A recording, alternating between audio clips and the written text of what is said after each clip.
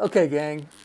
Last video on central limit theorem for means. I've already done a little bit here to get the ball rolling, but the problem we have in front of us is IQs are normally distributed with a mean of 100, standard deviation 15. Between what two IQs, rounded to the nearest hundredths, do the middle 95% fall? All right. What we got going on here is if we think back to the 68, 95, 99.7% rule and just focus on the 95% because that's, obviously what's pretty important to us because that's what the question is asking. We know that one standard deviation above the mean to one standard deviation below, we have 68% of our information. From two standard deviations below the mean to two standard deviations above the mean, we have 95% of the distribution. So you might say that the correct answer is between 70 and 130. Well, it sort of is, but it sort of isn't. This is an approximation. And the 68, 95, 99.7% rule gives us an approximate value. Well, it gives an approximation of the two values between which 95% falls. But guys, we're getting into big boy, big girl statistics now, so we need a little better estimates than just the 70 to 130. So let's really investigate what we got going on here, okay? If we draw the normal distribution, we know that what we want is we want two values between which 95% of the distribution falls. All right, so we know that underneath the curve, we have 100% of our measurements. We know that 95% are between here and here. So simple arithmetic tells us we have 5% missing. Well, I need half of that 5% to go here, and I need half the 5% to go right there. So if I divide by 2, I get 2.5%. So 2.5% of the distribution needs to go in the bottom tail, and 2.5% of the distribution needs to go in the top tail. So I'm going to call this IQ number 1, and this IQ number 2. So I'm looking again for the IQ number 1, IQ number 2 that separates the middle of 95%. Well, guys, I can find this one, can't I? 2.5% is 0.025 as a decimal. So what I can do is I can put in my calculator, wow, shoot, it's already there.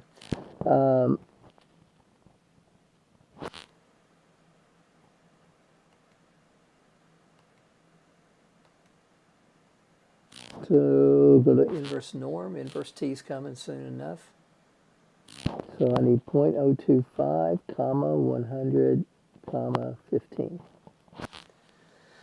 So the bottom estimate, the bottom IQ is 70.60, pretty close to the 70 that we estimated it to be.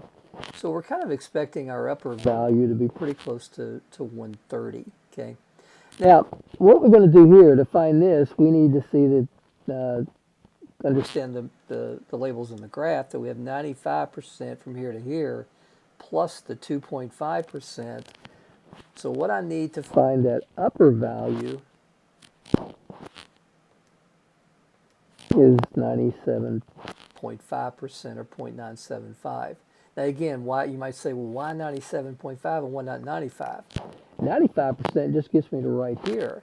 I've got that other 2.5% that gets me down to negative infinity. So I have to add the 2.5% and the 95%. So gang, it looks like it's going to be 129.40. So the answer would be 70.60 to 129.40.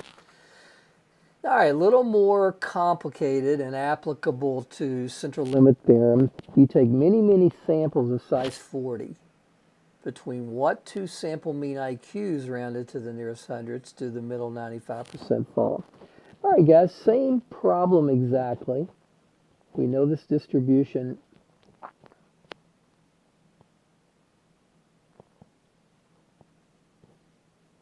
is going to be similar to this one, except it's going to have less variability. It's going to have less variability because these scores are taken one at a time. These are taken 40 at a time. This deals with the population standard deviation. The variability here deals with the standard error. So what are we going to do differently? Really not much. We're going to go up and get this command. And the only thing we're going to do is divide by the square root of 40. So 95.35.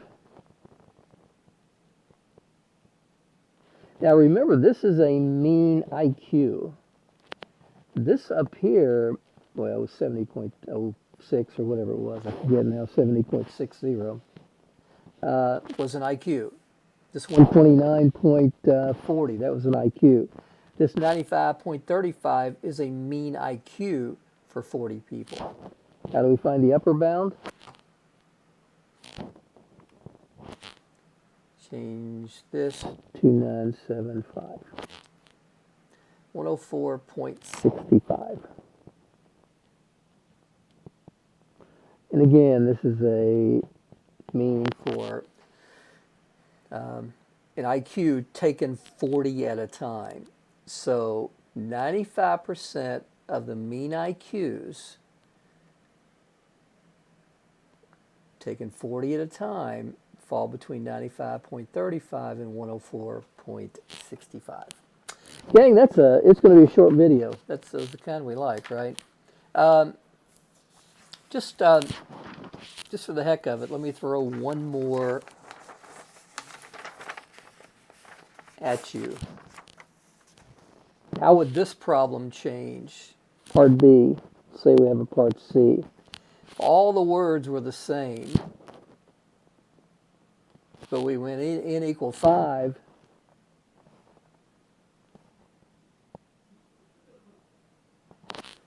And 92%. How would it change? You do the same thing. You draw your distribution, doesn't have to be pretty. We want two lines here. Instead of 95%, we want 92%. What did I do last time? That worked, by the way. I started with 100.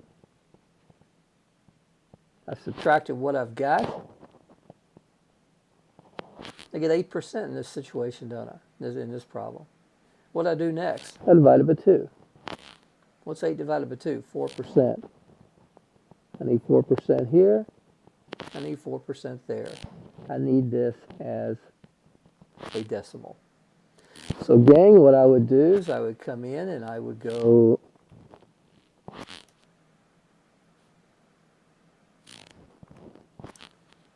instead of 0.025, I need 0.04.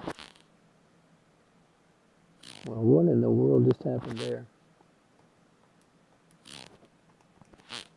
0.04. And I need to divide out by the square root of, what was it? What did I say, 5? Yeah.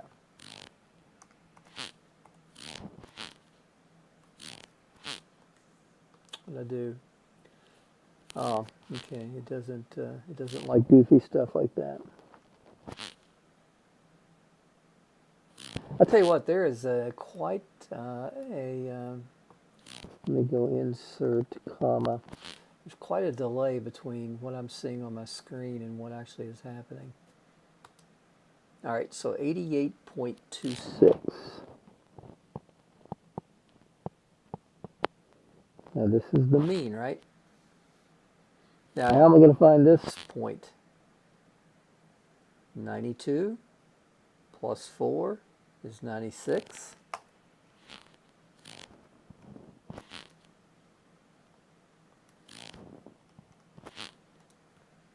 111.74. Guys, that's all I got. Take care.